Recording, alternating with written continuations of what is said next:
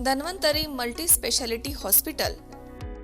उपलब्ध सुविधा: मेडिसिन विभाग, 15 बेड्सचे सुसज्ज ICU, ECG, 2D echo, PFT, अस्थिरोग विभाग, ॲक्सिडेंट, कृत्रिम सांधेरोपण, दुर्बिणीद्वारे शस्त्रक्रिया, मणके विकार आणि शस्त्रक्रिया, सुपर स्पेशालिटी विभाग, plastic surgery, cancer surgery, neuro surgery, paediatric surgery, surgery विभाग, दुर्बिणीद्वारे तपासणी आणि शस्त्रक्रिया। Dhanvantari multi speciality hospital, Tajne मळा, नवीन नगर रोड, संगमनेर, जिल्हा अहमदनगर। फोन नंबर 02425 2275 74, तसेच 2275 75। Mobile number 74 99 17 68 64। संगमनेर तालुक्यातील पारेगाव खुर्द येथील बाप कंपनीचे संस्थापक रावसाहेब घुगे यांच्यावरती तालुका पोलीस ठाण्यामध्ये दाखल झालेल्या गुन्ह्याबाबत त्यांनी C24 तासशी बोलताना आपल्या प्रतिक्रिया व्यक्त केल्यात। यावेळी त्यांनी सर्व केसेस खोट्या आहेत, आम्हाला बदनाम करण्याचा प्रयत्न केला जातोय असं म्हटलंय। दरम्यान ते पुढे म्हणालेत की बाप कंपनी ही IT कंपनी आहे, ग्रामीण भागामधील शेतकऱ्यांच्या मुलामुलींना रोजगार उपलब्ध करून द्यावा आणि त्यांना योग्य मार्गदर्शन मिळावं या उद्देशानं तिची स्थापना करण्यात आली आहे। आम्ही आमच्या विद्यार्थ्यांना ऑनलाईन पद्धतीनं डिग्री मिळवून देऊन IT क्षेत्रामध्ये लागणाऱ्या टेक्नॉलॉजीचे प्रात्यक्षिक शिक्षण देऊन त्यांना आमच्या कंपनी किंवा आमच्या संलग्न क्लायंटच्या पॅरोलवरती जॉब देणार आहोत। याबद्दल आम्ही कटिबद्ध आहोत। म्हैसूर विद्यापीठाचा अभ्यासक्रम आम्ही विद्यार्थ्यांना शिकवत आहोत। त्यांची परीक्षा आणि परीक्षा फी ऑनलाईन भरावी लागते, ती आम्ही विद्यार्थ्यांकडून आकारित आहोत। अत्यल्प दरामध्ये शिकवणं, कॉम्प्युटर मेंटेनन्स याविषयी फी आम्ही आकारत आहोत।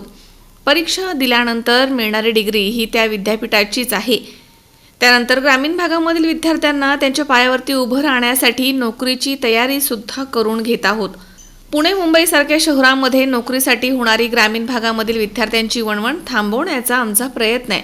अतिशय प्रामाणिकपणे हे काम करताना केवळ त्रास द्यायचा म्हणून अशा प्रकारच्या खोट्या केसेस करून आम्हाला बदनाम करण्याचा प्रयत्न सुरू आहे। केवळ गुन्हा दाखल झाला तर काही पत्रकारांनी शहानिशा न करता बदनामी देखील सुरू केली। अशा पत्रकारांना आम्ही आमच्या कंपनीमध्ये येण्याचं निमंत्रण देतो। आमचं ध्येय आणि दृष्टिकोन बघून यापुढे आमच्याविषयी छापावं ही विनंती आम्ही करत आहोत। सदर विद्यार्थी ज्याचा वापर करून हा सगळा बदनामीचा प्रकार होतोय तो विद्यार्थी अगदी गरीब कुटुंबामधील आहे। त्याच्या ईमेलचा वापर करून काही पत्रव्यवहार करण्यात आलाय। त्याला आमच्या HR टीमकडनं सामान्य विचारणा करण्यात आली। शेतकऱ्यांच्या मुलाचा वापर करून काहीतरी मोठं प्रकरण शिजत आहे याचा अंदाज आल्यामुळे आम्ही त्याला विचारणा केली। हे सर्व प्रकरण पूर्वनियोजित होतं। आम्ही आमचे सर्व पालक, कर्मचारी आणि विद्यार्थ्यांना या पत्राद्वारे निवेदन करतोय की या अफवा आणि बातम्यांवरती विश्वास ठेवू नये। सामान्य माणसं जेव्हा समाजाला शिक्षण देऊन सुशिक्षित करण्याचा प्रयत्न करतात तेव्हा त्यांना संपवण्याच्या प्रवृत्ती समाजामध्ये नेहमीच कार्यरत असतात। आपण सर्व मिळून एक बदलाची चळवळ उभी केली आहे, त्यामध्ये आपल्याला नक्कीच यश मिळेल याची आम्हाला पूर्णपणे खात्री आहे, अशी प्रतिक्रिया त्यांनी व्यक्त केली आहे। गेल्या 2 दिवसापूर्वी सर आपल्या इथल्या विद्यार्थ्यांनी म्हैसूर युनिव्हर्सिटी येथे RTI टाकला होता, मेल केला होता त्यांना। तर त्या संदर्भात त्याच्यावर दबाव तंत्र टाकण्यात आलं असं त्याचं म्हणणं आहे। तर त्यावर आपलं काय म्हणणं आहे सर? एक लक्षात घ्या, बाप कंपनी एक सॉफ्टवेअर कंपनी आहे। पहिली गोष्ट, आमच्याकडे प्रत्येक गोष्टीसाठी टीम्स आहेत। HR टीम आहे, फायनान्स टीम आहे, सगळ्या टीम्स आहेत। आम्हाला असं कळलं, आम्हाला युनिव्हर्सिटीनेच फोन केला की तुमच्या कंपनीच्या काही ट्रेनी लोकांनी आम्हाला कॉन्टॅक्ट केलेला आहे आणि त्यांनी आम्हाला काही डॉक्युमेंट्स पाठवले। त्यांचं असं म्हणणं आहे की आम्ही त्यांच्या नावाने कुठली फीस घेतो आहे। ओके, तर आम्हाला हे कळलं की ह्या कंपनीचं डिफेमेशन करण्याचा प्रयत्न होतो आहे। आणि तो मुलगा जो आहे बघा, एक ऊसतोड कामगाराचा मुलगा आहे, एकदम गरीब कुटुंबातला मुलगा आहे, पाथर्डी तालुक्यातला मुलगा आहे आणि तो मुलगा इथे सोनोशी गावामध्ये एका सरपंचाच्या घरी राहतो आहे। तर आम्हाला डाऊट आला की कुठेतरी याच्यामध्ये काहीतरी लोकल पॉलिटिक्स इन्वॉल्ड आहे, म्हणून आम्ही त्या मुलाला सामान्य जे कंपन्यांमध्ये इंटरोगेशन होतं एक क्वेश्चन आन्सर प्रकारे, तसं आमच्या HR टीमने त्याला विचारलं आणि सिंपल प्रश्न होते की युनिव्हर्सिटीने आम्हाला सांगितलं की त्यांना एक ईमेल मिळाला आहे. तो ईमेल इंग्लिशमध्ये लिहिलेला होता. त्या मुलाला अजून इंग्लिश वाचता आणि लिहिता येत नाही. त्याच्यामुळे क्लिअर डाऊट आम्हाला आला की हा ईमेल त्या मुलाने लिहिलेला नाही आहे. तो ईमेल दुसरा कोणीतरी लिहिला आहे. आम्ही त्याला सिम्पल एक प्रश्न विचारला की हा ईमेल तू लिहिला आहे का? त्याने उत्तर दिलं हो त्यानेच लिहिला आहे. आम्ही त्याला विचारलं कुठल्या भाषेत लिहिला आहे? त्याने सांगितलं इंग्लिशमध्ये लिहिलं आहे आणि त्या मुलाला तर इंग्लिश येत नाही. मग त्याला आम्ही इंग्लिश वाचायला लावलं, त्याला इंग्लिश वाचता येत नाही. मग एवढं क्लिअर असताना आम्ही त्याला मग विचारलं याचा अर्थ तो ईमेल तू लिहिलेला नाही, तो कोणी लिहिला आहे? तुझ्या मागे कोणीतरी काम करते का? असे त्याला प्रश्न विचारले. त्याच्यानंतर त्याने सरळपणे नाटक केलं की त्याच्यावर दबाव येतो आहे. त्याच्यानंतर तो सोनोशी गावचा सरपंच सुदाम गीते तिथे आला.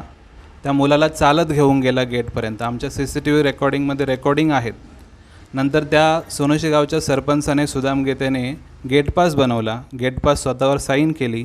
त्या मुलाला घेऊन गेलं. आमचं जे ऑफिशियल टायअप आहे इथापे हॉस्पिटलबरोबर, आम्ही त्याला सांगितलं की या मुलाला इथापे हॉस्पिटलमध्ये घेऊन जा, तिथे आपण त्याचा चेकअप करू. तर त्यांनी आमच्यावरती प्रेशर आणलं की नाही आम्हाला पाठक हॉस्पिटलमध्येच ॲडमिट करायचं आहे. तिथे येऊन त्यांनी त्याला तांबे हॉस्पिटलमध्ये शिफ्ट केलं. मेडिकवर हॉस्पिटल जे आहेत तिथे शिफ्ट केलं. त्याच्यानंतर डॉक्टरांनी सांगितलेलं असतानासुद्धा की याची प्रकृती नॉर्मल आहे, याचे रिपोर्ट्स नॉर्मल आहे. आम्हाला असं कळलं की त्या मुलाला जबरदस्ती ICUमध्ये ॲडमिट करण्यात आलं आहे. आता आम्हाला डाऊटच असा होता की हा एक गरीब कुटुंबातला मुलगा आहे. त्या मुलाला जर कुठेतरी बळीचा बकरा बनवलं जातं आहे, त्याला मॅन्युप्युलेट केलं जातं आहे, त्याच्या ईमेलला हॅक करून किंवा त्याचा ईमेल घेऊन ईमेल केला जातो आहे, त्याचा अर्थ त्या मुलाच्या जीवालासुद्धा धोका असू शकतो.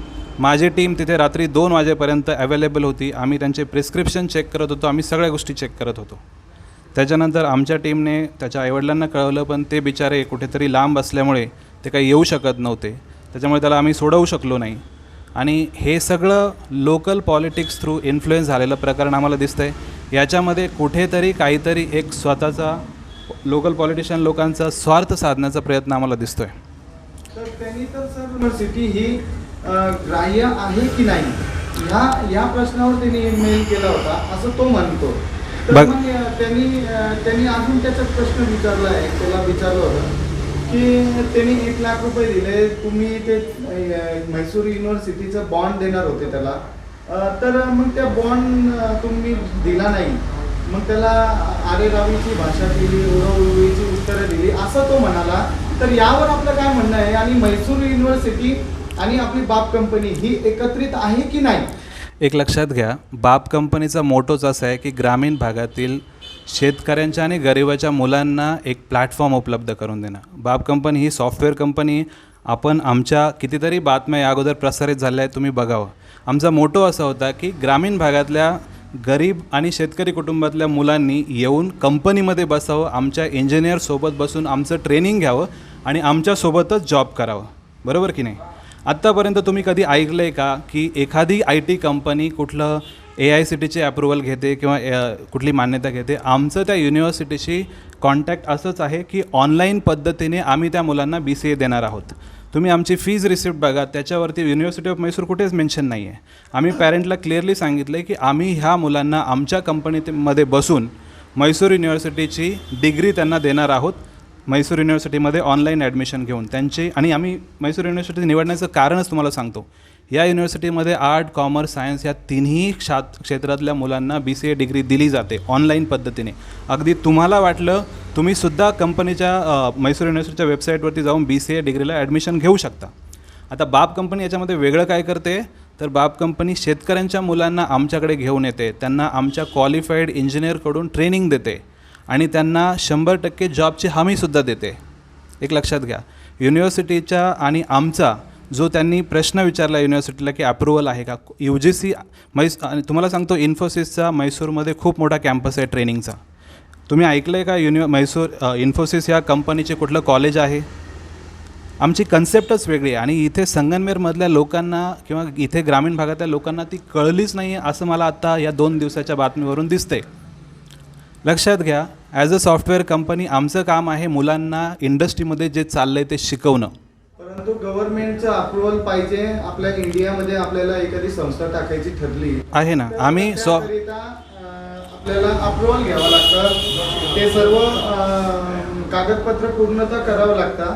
परंतु त्या दिवशी तुमचे जे हे होते हॉस्पिटलला नागरे साहेब, तर त्यांनी सांगितलं का म्हणे कुठल्याही प्रकारचं अजून आमचं काय होतंय म्हणे, अजून चालू आहे. एक लक्षात घ्या, त्यांनी जे आमच्याकडे एक व्हिडिओ रेकॉर्डिंग पण आहे नाही ते, तर ते म्हटले की असं आहे अजून बाकी. मग त्याच्यामुळं शहराध्यक्ष भाजपचे शहराध्यक्ष ॲडव्होकेट श्रीरामजी गणपुटे यांनी बरेचसे प्रश्न विचारले होते. तर मग त्यावेळेस त्यांनी सांगितलं की मग असं काही अप्रुव्हल अजून झालेलं नाही, हे होणार आहे. पहिली गोष्ट नाही, तुम्ही एक लक्षात घ्या, ही गोष्ट चुकीच्या पद्धतीने ज्या लोकांनी शोधायचा प्रयत्न केला आहे ना, त्यांना ही कन्सेप्ट कळत नाही आहे. आय टी कंपनी अगोदर संगमनेर तालुक्यात कधी होती का? नव्हती, बरोबर. आय टी कंपनीमध्ये बसून शिक्षण घेण्याची पद्धती आपल्याकडे चेन्नईच्या व्यतिरिक्त कुठल्या राज्यात आहे का? नाही आहे. याच्यानंतरचा हा जोहो नंतरचा हा दुसरा प्रयोग आहे महाराष्ट्रामध्ये. तुम्ही जोहोची रिसर्च करा. जोहोमध्ये NIOSच्या बोर्ड अंडर सगळ्या मुलांना डिग्री घ्यायला आज ते लोक करत आहेत. जोहोच्या ओपन युनिव्हर्सिटीमध्ये NIOSचं बोर्ड आहे, NIOSच्या बोर्डच्या अंडर ते लोक मुलांना डिग्री देतात. आणि आपल्याकडे यशवंतराव चव्हाण विद्यापीठ आहे, आपल्याकडे इंदिरा गांधी ओपन युनिव्हर्सिटी आहे, आपल्याकडे मैसूर, आणि कोविडनंतर लक्षात घ्या ओपन युनिव्हर्सिटीज म्हणजे मैसूर नंतर गुरु नानक आणि अशा 3 युनिव्हर्सिटी आहेत ज्यांना अशी परमिशन मिळाली की तुम्ही ऑनलाईन 3 वर्षाची फुल टाईम डिग्री मुलांना देऊ शकतात. हे कोविडनंतर 3 युनिव्हर्सिटीला असे अप्रुव्हल मिळालेत. ओके, याच्या अगोदर यशवंतराव चव्हाण होतं, इंदिरा गांधी आहे, आणि हे डिस्टन्स लर्निंग आहे. डिस्टन्स लर्निंगपेक्षा आम्हाला फुल टाईम डिग्री बेटर वाटली म्हणून आम्ही युनिव्हर्सिटी ऑफ मैसूर थ्रू आमच्या मुलांना ॲडमिशन घेऊन देतो आहे. ओके, एक लक्षात घ्या, कुठल्याही आय टी कंपनीचं ट्रेनिंग सेंटर असतं. आय टी कंपनी मुलांना घेऊन, फ्रेशर लोकांना घेऊन त्यांच्या सिलेबससारखा म्हणजे त्यांना जे प्रोजेक्टवरती काम करून हवं आहे त्या प्रोजेक्टच्या रिलेटेड टेक्नॉलॉजी शिकवते, कळलं. आणि त्या प्रोजेक्टच्या रिलेटेड ज्या टेक्नॉलॉजी आहेत त्या जर मुलं शिकले तर ते त्या प्रोजेक्टवरती काम करण्यासाठी लायक होतात. आणि ग्रामीण भागातल्या शेतकऱ्यांच्या मुलांना हेच मिळत नाही, म्हणून ह्या उद्देशाने बाप कंपनी स्थापन झाली होती. आता बघा, लोकल पॉलिटिक्समध्ये लोकांना आपण जेव्हा ह्या सामान्य लोकांना किंवा शेतकऱ्यांना शिकवण्याचा प्रयत्न करतो आहे ना, त्यांना एज्युकेटेड बनवतो ना, तर कुठेतरी लोकांना त्याचा त्रास होतो आहे. लोकांची एक जेलस वृत्ती आहे. आणि माझ्यासारखा एखाद्या भटक्या जमातीमधला मुलगा, वंजारी समाजाचा, जो मुंडे साहेबांना आदर्श मानतो, असा मुलगा जेव्हा शेतकऱ्यांचे प्रश्न सोडवायला उभा राहतो ना, तर त्याला असंख्य लोक नेहमीच त्रास देणार, याची परिस्थिती आम्हाला होतीच. आणि याच्यासाठी आम्ही तयारसुद्धा आहोत. मग हे बनावट प्रकरण हे 2-3 महिन्यापासून शिजत होतं, याची आम्हाला बॅकग्राऊंडमध्ये माहिती होती. आणि तुम्ही जे BJPचे शहराध्यक्ष किंवा गणपुले वकील ज्यांनी मला प्रश्न विचारले की तुमचं AICTEचं अप्रुव्हल वगैरे आहे की नाही, त्यांनाही आम्ही तेच सांगितलं की तुम्ही येताना मैसूर युनिव्हर्सिटीची वेबसाईट चेक करून या. ज्या लोकांनी आमच्या विरोधात ज्या बातम्या छापल्या ना, त्या बातम्यांमध्ये त्यांनी जे शब्द वापरले ना, त्याच्यामध्ये त्यांनी आमची मतं अजिबात विचारली नाही, सत्याची पडताळणी केलेली नाही आहे. हे बोगस प्रकरण आहे. हा कुठला तरी ग्रामीण भागातील लोकल पॉलिटिक्सच्या इन्फ्लुएन्सने केलेलं प्रकरण आहे, याचं आम्हाला 100% खात्री आहे. आणि ते तुमच्या पुढे थोड्याच दिवसात नक्कीच येईल. आणि सर, जसं तुम्ही म्हटले यशवंतराव चव्हाण विद्यापीठ ह्या युनिव्हर्सिटी काय करते, जेव्हा पैसे स्वीकारते तेव्हा ते युनिव्हर्सिटीची रिसीट असते, बरोबर आहे. तर तसं तुम्ही ह्या सर्व विद्यार्थ्यांना बाप कंपनीची रिसीट देता असं कळालं, परंतु मैसूर युनिव्हर्सिटीची रिसीट मिळत नाही. ह्याच्यावर काय म्हणणार आपण? एक लक्षात घ्या, बाप कंपनी ही एक IT कंपनी आहे. आम्ही मुलांना ट्रेनिंग आमच्या कंपनीमध्ये देतो आहे. आम्ही युनिव्हर्सिटीचा सिलेबस शिकवत नाही, आम्ही सिलेबस शिकवतो आहे आमच्या कंपनीमध्ये काम करण्यासाठी त्यांना ज्या टेक्नॉलॉजीची गरज आहे, जसं की आहे रिॲक्ट आहे, अँग्युलर आहे, बूटस्ट्रॅप आहे, HTML, या टेक्नॉलॉजी कुठल्याही युनिव्हर्सिटीच्या सिलेबसमध्ये एवढ्या अपडेटेड पद्धतीने टाकलेल्या नाही आहेत. आणि आम्हाला मुलांना जॉब द्यायचे आमच्या कंपनीमध्ये, आम्हाला त्यांना आमच्या क्लायंटसाठी काम करण्यासाठी लायक बनवायचं आहे. त्यामुळे त्यांना फक्त डिग्री मिळवण्यासाठी शिकवत बसण्याइतपत आम्ही मूर्ख नाही आहोत. आम्हाला त्यांना प्रॉपर जे इंडस्ट्रीमध्ये चाललं आहे तेच शिकवायचं आहे. म्हणून त्या मुलांना तुम्ही येऊन बघा, आमच्याकडे 3 महिन्यात मुलं वेबसाईट बनवायला लागलेत. का? कारण ते प्रॅक्टिकली शिकत आहेत. 200 मुलांना कधी येऊन विचारा त्यांची कुठली फसवणूक झाली का? नाही, एकही मुलगा तुम्हाला बोलणार नाही. हे जे प्रकरण आहे तुम्ही लक्षात घ्या, इथे तो मुलगा 2 महिन्यापासून कुठेतरी अशा एन्क्वायरी करायला मागतो आहे. 200 मुलांमध्ये एकच मुलगा बॉन्ड मागतो आहे, 200 मुलांमध्ये एक मुलगा RTI टाकतो आहे, आणि तो युनिव्हर्सिटीला असे प्रश्न विचारतो आहे. प्रॉब्लेम नाही आहे. आम्ही जे ट्रेनिंग देतो आहे, आम्ही ॲडमिशन घेताना क्लिअरली सांगितलेलं आहे की बाप कंपनी ही त्यांच्या इन्फ्रास्ट्रक्चरची, त्यांच्या ट्रेनिंगची, त्यांच्या फॅसिलिटीची आणि त्यांच्या नॉलेजची फीस घेत आहे. युनिव्हर्सिटीची फी 18,500 आहे, हे आम्ही मुलांना ऑलरेडी सांगितलेलं आहे. उरलेली जी फी आहे ती बाप कंपनीची आहे. युनिव्हर्सिटीचं मुलं पूर्ण शिक्षण हे ऑनलाईन पद्धतीने घेणार आहेत. सगळे रेकॉर्डेड लेक्चर आहेत, सगळे रेकॉर्डेड लेक्चर मुलांना ऐकायचे आहेत. युनिव्हर्सिटीची एक फ्लेक्झिबिलिटी आहे की त्यांनी एक्झाम पाहिजे तेव्हा पद्धतीने आपण शेड्यूल करू शकतो. ती एक्झाम मुलं बाप कंपनीत देणार आहे. त्यांना आमचे इन्स्ट्रक्टर, आमचे इंजिनियर्स त्यांना मदत करणार आहे ती एक्झाम पास करण्यासाठी, विषय समजून घेण्यासाठी. त्याच्यामुळे हा जो सगळा प्रकार आहे ना, हा इथल्या लोकांना समजत नाही. अगदी ज्या लोकांनी ही माहिती काढण्याचा प्रयत्न केला आणि त्यांनासुद्धा ही कन्सेप्टच कळत नाही आहे. अहो, तुम्ही इंजिनिअरिंग कॉलेजमध्ये जाता, 4 वर्ष तिथे टाकता, डोनेशन देता, फीस भरता, पण तिथे काय शिकता तुम्ही? कुठलं इंजिनिअरिंग कॉलेज तुम्हाला 100% गॅरंटी देतं का? नाही देत ना. हां, आम्ही का देतो आहे? कारण आम्ही मुलांना ते शिकवतो आहे जे त्यांना इंडस्ट्रीत हवं आहे. आमच्यासाठी डिग्री इम्पॉर्टंट नाही. डिग्री ते इग्नूकडूनही घेऊ शकतात, डिग्री ते मैसूर युनिव्हर्सिटीकडूनही घेऊ शकतात, डिग्री ते यशवंतराव चव्हाणकडूनही घेऊ शकतात. आणि आम्ही कुठल्याही मुलांना त्या मार्कांच्या रॅट रेसमध्ये लागत नाही. आम्हाला आमच्या मुलांना 60% मिळालेले पुरेसे आहेत. कारण आम्ही त्यांना प्रात्यक्षिक नॉलेज देतो आहे जे इंडस्ट्रीला हवं आहे, जे कुठल्याच कॉलेजमध्ये दिलं जात नाही. आणि ही कन्सेप्ट लोकांना रुचत नाही आहे. आजूबाजूला लक्षात घ्या, तुम्ही या प्रकरणाचा पूर्ण विचार करा. ही कन्सेप्ट लोकांना रुचत नाही आहे. आज बाप कंपनीमध्ये 200 विद्यार्थी आहे. पुढच्या वर्षी कदाचित 400 होतील, त्याच्या पुढच्या वर्षी 600 होतील. ते 600 इंजिनियर 600 शेतकऱ्यांचे कुटुंब सेटल करणार आहे. लक्षात घ्या. आणि आजवर आपण बघतो अगदी तुकाराम महाराजांपासून तर तुकाराम मुंडेंपर्यंत ज्यांनी कोणी चांगली कामं केली ना, त्यांना विरोध होतातच आहे. त्याच्यामुळे रावसाहेब घुगे एक मागासवर्गीय असल्यामुळे हा विरोध नक्कीच आहे. वंजारी समाजाला आपल्याकडे नेहमीच मागे ठेवलेलं आहे. पण एक लक्षात घ्या, समाज बघतोय, याच्यामध्ये जे काही तुम्ही दाबण्याचा प्रयत्न करताय ना, आमची लोकं याला सहन करणार नाही, याचं लक्षात घ्या. आणि ज्या मुलाला तुम्ही वापरता ना, तोही एक मुंडे साहेबांच्या ऊसतोड कामगाराचा मुलगा आहे. आणि त्या मुलाला हाताशी धरून तुम्ही जे काही षडयंत्र करतायत ना, ते लवकरच बाहेर येईल. पण ते असतं ना, काट्याने काटा काढणं, किंवा मग इंग्रजांनी जी नीती वापरली ना, फोडा आणि राज्य करा, तसं समाजाला समाजाच्या विरोधात उभं करून खेळलेलं षडयंत्र हे आमच्या लक्षात आलं आहे. आणि तो मुलगा ज्याची बातमी तुम्ही अशी छापली आहे ना, की तो बेशुद्ध पडला वगैरे, त्याची CCTV फुटेज आहे की तो चालत गेला आहे. ज्याने त्याला नेलं आहे त्याने तिथे गेट पास बनवला आहे. त्याच्यामुळे हे सगळं बनावट प्रकरण आहे, याच्यामध्ये तथ्य असं काहीच नाही आहे. त्याच्यामुळे तुम्ही हे लक्षात घ्या की आपण जेव्हा चांगलं काम करतो आहे ना, आम्ही याच्याकडे लक्षही देत नाही आहे.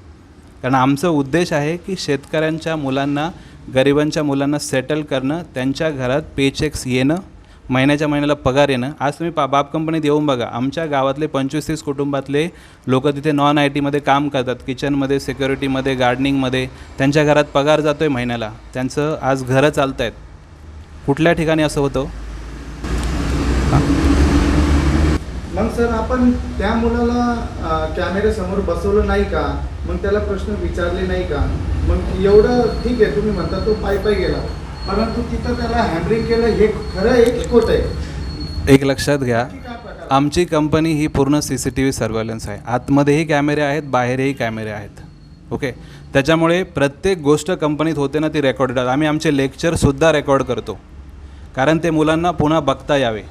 त्याच्यामुळे तो कॅमेऱ्यासमोरच होता, कारण आमची पूर्ण कंपनी CCTV सर्व्हेलन्समध्ये आहे. त्याचं सगळी गोष्ट क्लिअरली आहे. आणि आपल्या कंपनीत जर कोणी बदनामी करत असेल आणि ते युनिव्हर्सिटी जर आम्हाला येऊन सांगत असेल, तर आम्हाला प्रश्न विचारण्याचा त्याला अधिकार आहे. तो मुलगा आमच्या कंपनीमध्ये बसतो, आणि जर तो बसून सगळी मॅनेजमेंट त्याला तिथे अवेलेबल असताना जर तो कोणाला बाहेर प्रश्न विचारत असेल, तर आम्हाला डाऊट येणारच. आणि ॲज अ HR टीम तुम्ही कुठल्याही कंपनीत जा, तिथे त्याला विचारलं जातं की तू काय केलं आहे. कुठलंही प्रकरण असेल, आमच्याकडे पॉशची टीम आहे, आमच्याकडे HRची टीम आहे. कुठल्याही गोष्टीसाठी आमच्याकडे एक टीम ठरवलेली आहेत. ते लोकं येऊन त्या संदर्भात चर्चा करतात, विचारतात, मुलांना प्रश्न विचारतात. कारण हा कंपनीच्या रेप्युटेशनचा प्रश्न आहे. एखादी गोष्ट बाहेर चव्हाट्यावर आणणं आणि त्या गोष्टीचा जेव्हा आपण ग्रामीण भागातल्या लोकांसाठी गोष्ट करतो आहे, त्याच्यासाठी त्याला विरोध करणं हे साहजिक आहे, कारण लोकांना हे रुचत नाही आहे. त्याच्यामुळे आमचं कर्तव्य होतं, तो आमचा विद्यार्थी होता, आमच्या इथे येऊन बसत होता. मैसूर युनिव्हर्सिटीला त्यांनी मेल केला, तर मग तुम्हाला काय वाईट वाटलं? मग तुम्ही नाही, विचारणा केली? लक्षात घ्या, मैसूर युनिव्हर्सिटीने आम्हाला हे सगळं प्रकरण आम्हाला युनिव्हर्सिटीकडून कळालं आहे की एखादा मुलगा आम्हाला मेल करतो आहे आणि असं असं सांगतो आहे की आम्ही त्यांच्या नावे कुठले तरी पैसे घेतो आहे, तर ह्याच्याबद्दल आम्ही तसं कधीच केलेलं नाही. आमची रिसिप्ट ही म्हैसूर युनिव्हर्सिटी किंवा आमच्या प्रॉस्पेक्टसमध्ये म्हैसूर युनिव्हर्सिटी कुठेही मेन्शन केलेलं नाही. हे खरं आहे की म्हैसूर युनिव्हर्सिटीची डिग्री आम्ही मुलांना देणार आहे, देतो आहे, लक्षात घ्या. कारण ती ऑनलाईन आहे, फुल टाईम आहे, आर्ट, कॉमर्स, सायन्स तिन्ही क्षेत्रातल्या मुलांसाठी ओपन आहे.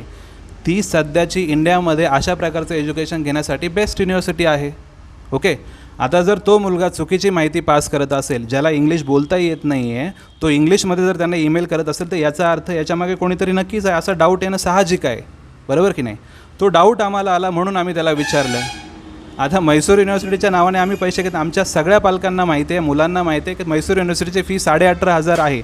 उरलेले जे पैसे आम्ही घेतो आहे ते बापच्या ॲडमिनिस्ट्रेटिव्ह चार्जेस आहे, आमचं इन्फ्रास्ट्रक्चर आहे, आमचं लाईट बिल आहे, आमचं इंटरनेट आहे, आमचे इंजिनियरचे जो टाईम आहे मी इन्व्हेस्ट करतो त्याचे पैसे आहे. हे प्रकरण आहे ना, लक्षात घ्या. इथले लोक ज्या प्रकारे विचार करतात ना, त्याच्यावरती विचार करण्याची त्यांना गरज आहे. ज्या वकिलांनी हे पत्र लिहिलेत, हे ईमेल पाठवलेत, त्यांना त्या युनिव्हर्सिटीचा अभ्यास करण्याची गरज आहे असं मला वाटतं. रावसाहेब घुगेच्या ब्रेनला ते अजून ट्यून करत नाही आहे. त्यांनी माझ्या ब्रेनला ट्यून करायचा प्रयत्न करावा असं मला वाटतं आणि मग मला असे प्रश्न विचारावे की मग आमच्या कंपनीबाबत असं काहीतरी छापावं. शावीर शेख, C24 तास, संगमनेर.